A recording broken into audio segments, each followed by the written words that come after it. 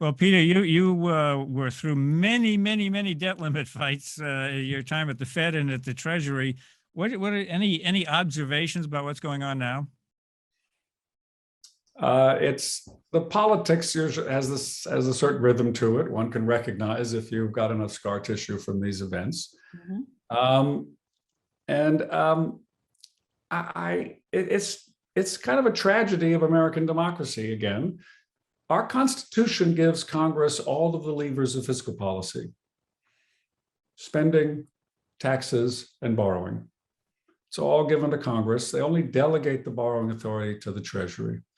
And it's kind of embarrassing. Congress decides how much taxes to collect and how much revenues to spend. They delegate to the Treasury borrowing within a limit. I understand the purpose of a limit. And then they say they're shocked to discover we've run up to the limit. I mean, but we really have to understand that in our democracy, Congress is the finance ministry. And it's a little embarrassing for an administration to ever admit that Congress has all the levers. Mm-hmm. And it's always Mother May I. Mm-hmm. It was a really interesting insight into democracy. We didn't want to let the king go through the back door and borrow a lot of money to have wars. So we gave the parliament the power to both borrow and tax, and it's all there. Didn't want to go through that. But now, if Congress is not responsible, there's no recourse. Right. There's no one else to clean up the mess if Congress doesn't want to be responsible. Mm-hmm. And so a little like the hypocrisy index I mentioned earlier in the show, every time you vote for a spending increase, you should accumulate a sort of checklist of why you need to vote for a debt limit increase. Or a tax cut. or to increase taxes or something. And it's interesting, Congress, when I left the Treasury in 2003, the first speech I gave was saying how to reform the debt ceiling, which is to never specify it by amount, only specify it by time, and give every Congress one bite at the apple. Have them enact a 2-year budget, and have them have to enact a debt ceiling increase measured in time. Treasury can borrow whatever it takes to finance this budget.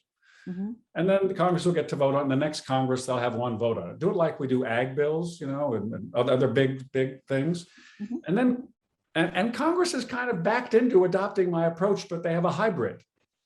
So when they don't want to face it, they measure it in time. And then when they want to go back to their monkey business of irresponsibility and hypocrisy, they go back to measuring it in quantity.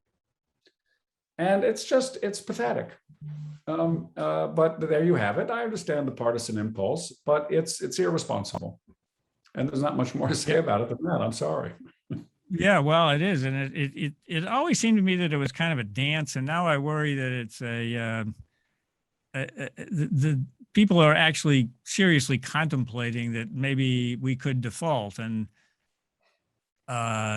deal with it by choosing which bills to pay and which bills not to pay. And that's what gets me worried, is people actually legislatingly planning for a default and how you would deal with it. And, to me, a default is a default. It's like, well, we're not going to worry about it because we're going to declare Chapter 11 and nobody will think that damages the U.S. creditworthiness in any way.